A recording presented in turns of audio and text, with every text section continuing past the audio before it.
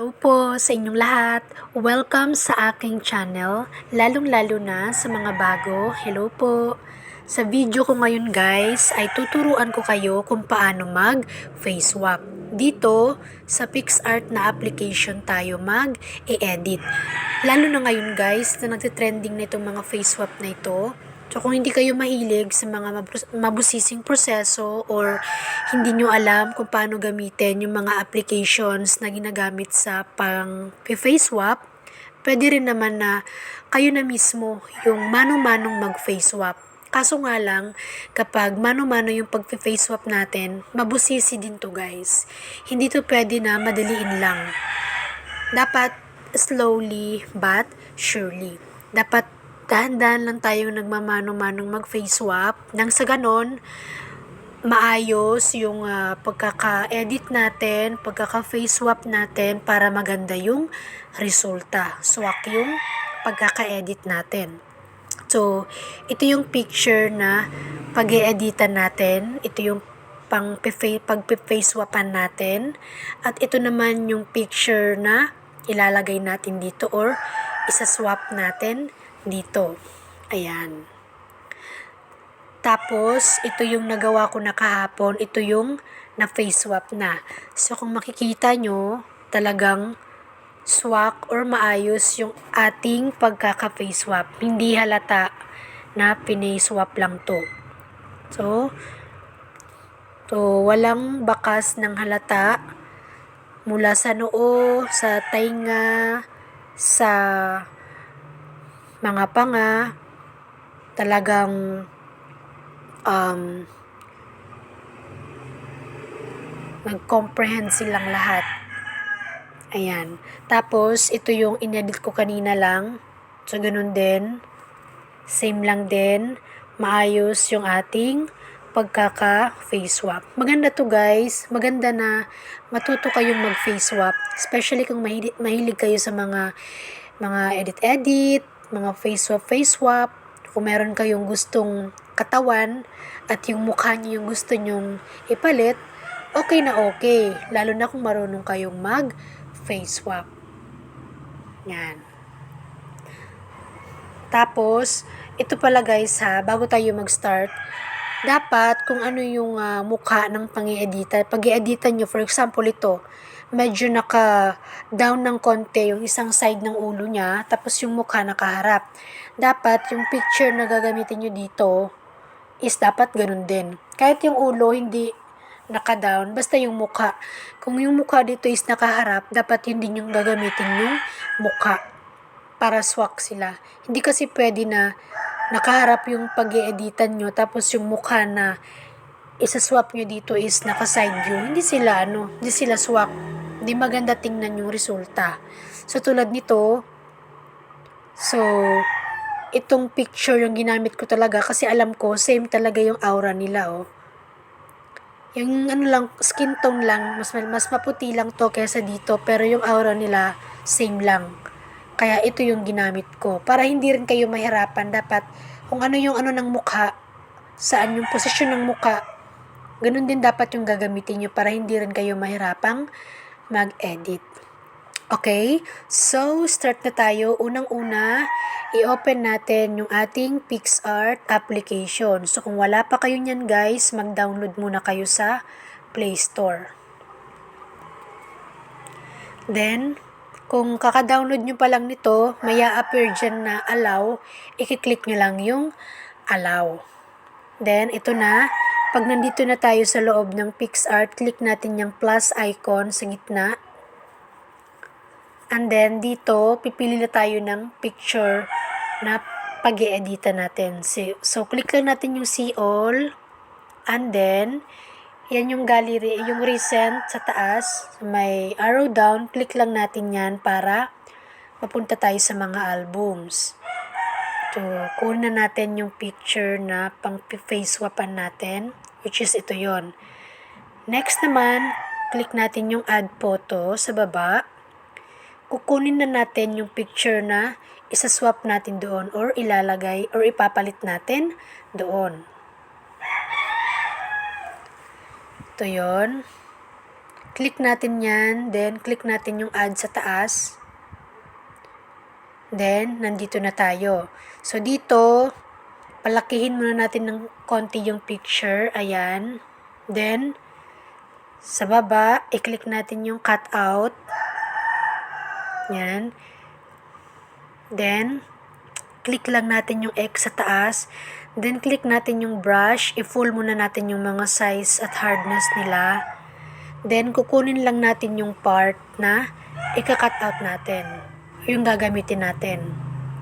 Ayusin natin yung pagkaka-brush para walang matirang part. Then, click natin yung eye icon sa taas para makita natin kung okay na ba. Then, pwede na nating i-cut out. So, yung size, ganyan lang yung size na ginamit ko.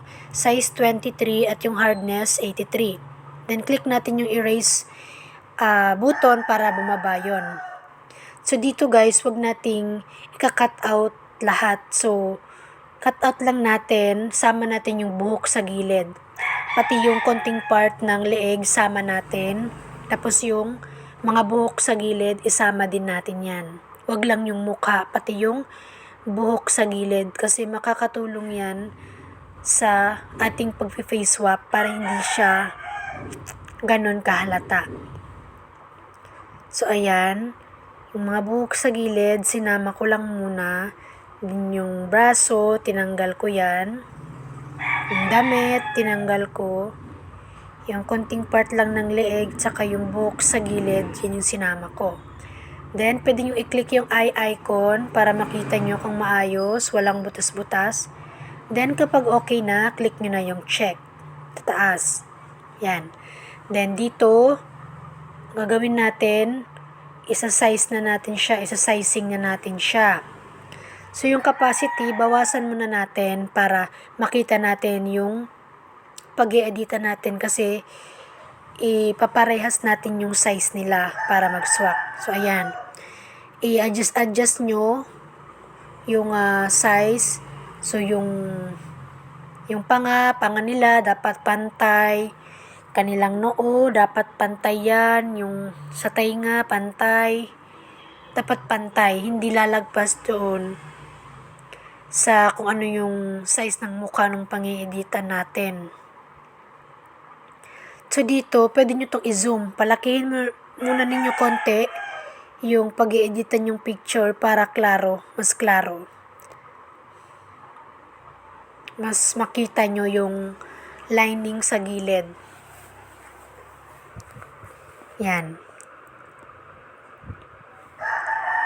So, dito guys, hindi rin talaga ito madali. Kasi talagang kapag nag-face swap ako, mabusisi din talaga. Kasi minimake sure ko na pantay talaga yung kanilang panga.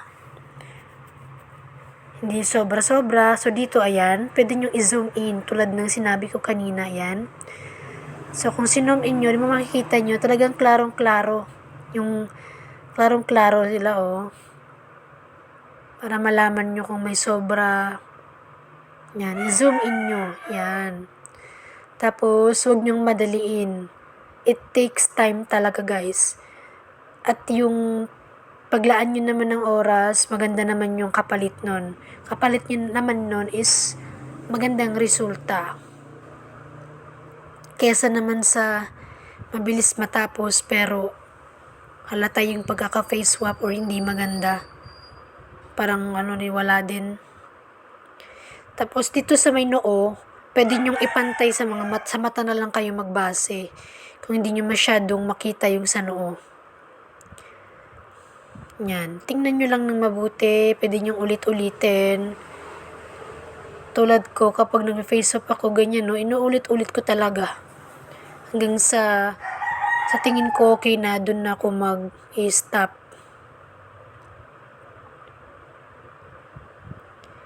Then, kung sa tingin nyo naman guys na okay na, i-click nyo na yung check. Tapos yung capacity, balik nyo na sa 100. So, yun yung before, tapos after. Balik nyo na sa 100. Hindi pa pala i-click yung check. Kasi, yan, okay na yan. Basta balik nyo lang sa 100. Then, click na natin yung erase button sa taas kasi dito na natin naayusin. I-erase na natin yung mga sobra. So, yung size na ginamit ko dito is 54 lang muna. Ganon din yung opacity, hardness, lahat yan, tig 54 sila. Then, click na natin yung erase button para bumaba yun. Then, dito, ayan na, nakikita nyo, i-erase na natin yung mga sobra-sobra na buhok. Yan. Pwede nyong i-zoom in guys yung screen para maklaro nyo yung ibabawas nyo. Yan. So, nakikita nyo, unti-unti nang nawawala yung buhok na sobra-sobra. Yan. Ayusin nyo lang yung pag-erase. Mamaya guys, ayusin pa naman natin to. Yan. Ito, unti-unti nang umaayos yung ating finish swap.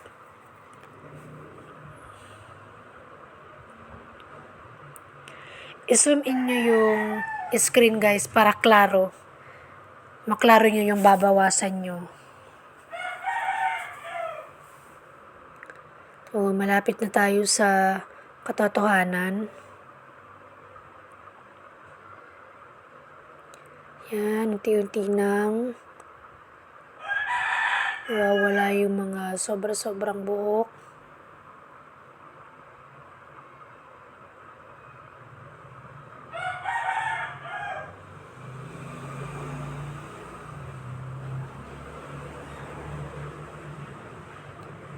Yan. Hindi rin talaga siya madali guys. Mapusisi din talaga. Yan. Tanggalin na natin lahat ng mga bagay-bagay sa gilid na hindi naman kinakailangan. Yan. Tanggalin lahat. Tanggalin. Para maging malinis. Mamaya guys, aayusin pa natin yan. Kasi nakikita nyo yung sa noo, maputi yung aayusin natin yan mamaya. I-erase muna natin lahat ng mga hindi kinakailangan. Yan. Erase, erase, erase, erase. And then, kapag sa tingin nyo, natanggal na lahat ng mga hindi kinakailangan, punta na kayo dito sa restore or brush. Tapos, ayan yung size ko guys.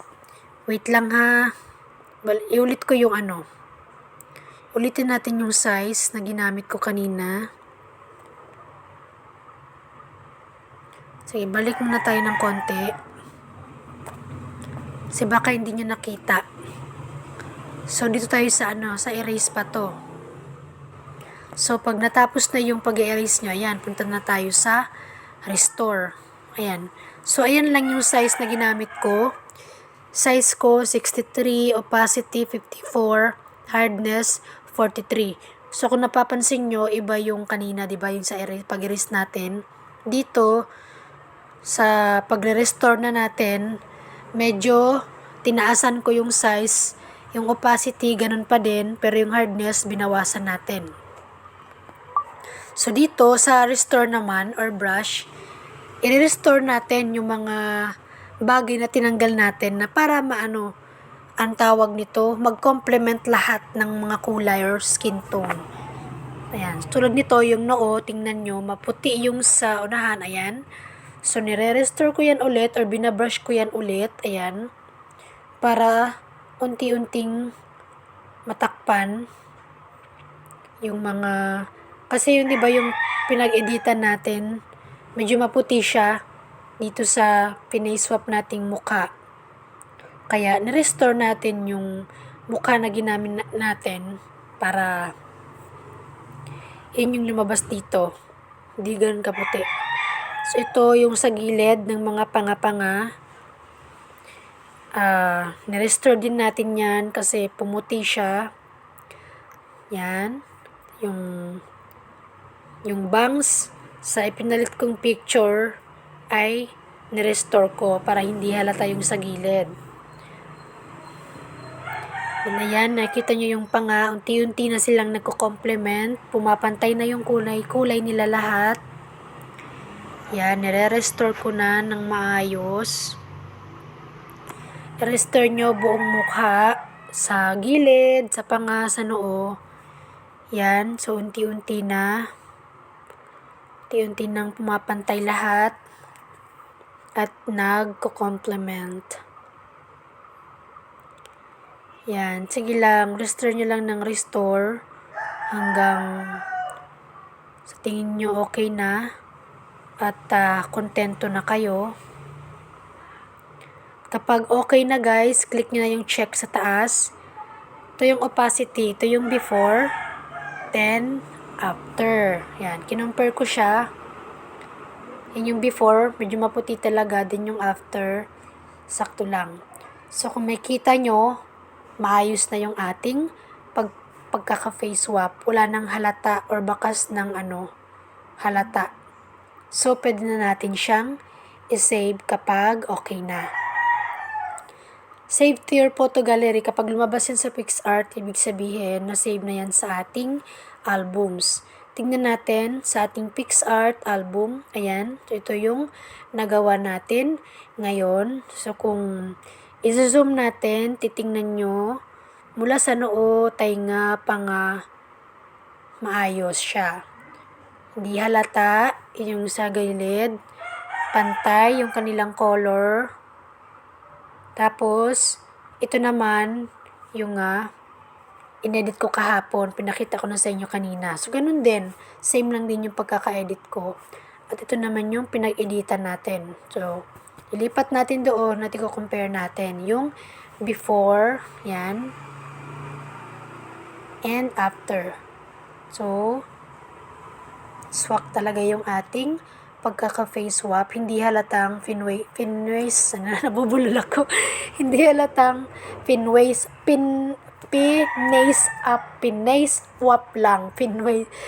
swap lang, ano ba yan?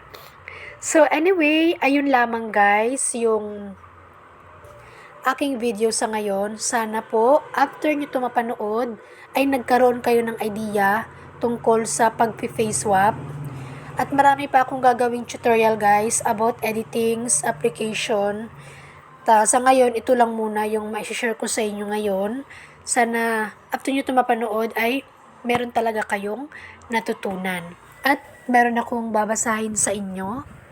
Sabi dito, never let your fear decide your future.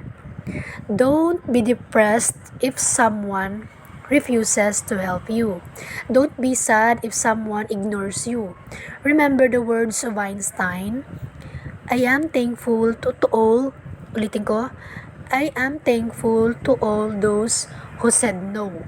Because of them, I did it myself. So, wag daw kayong ma-depress or malungkot kung yung isang tao ay kumbaga nireject kayo or nag-refuse na tulungan kayo or in-ignore kayo ng isang tao kung nung time na kailangan nyo sila. Tandaan nyo na lang palagi, maging thankful na lang kayo kasi sa mga taong nagsabing no sa inyo kasi nang dahil sa kanila, nagawa mo to ng mag-isa. Char.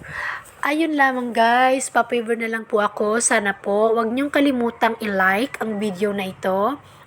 Mag-subscribe sa aking YouTube channel at pakiclick na lang din po ng bell sa gilid para kapag meron akong bagong upload ng mga informative videos ay ma-update or ma-notify kayo.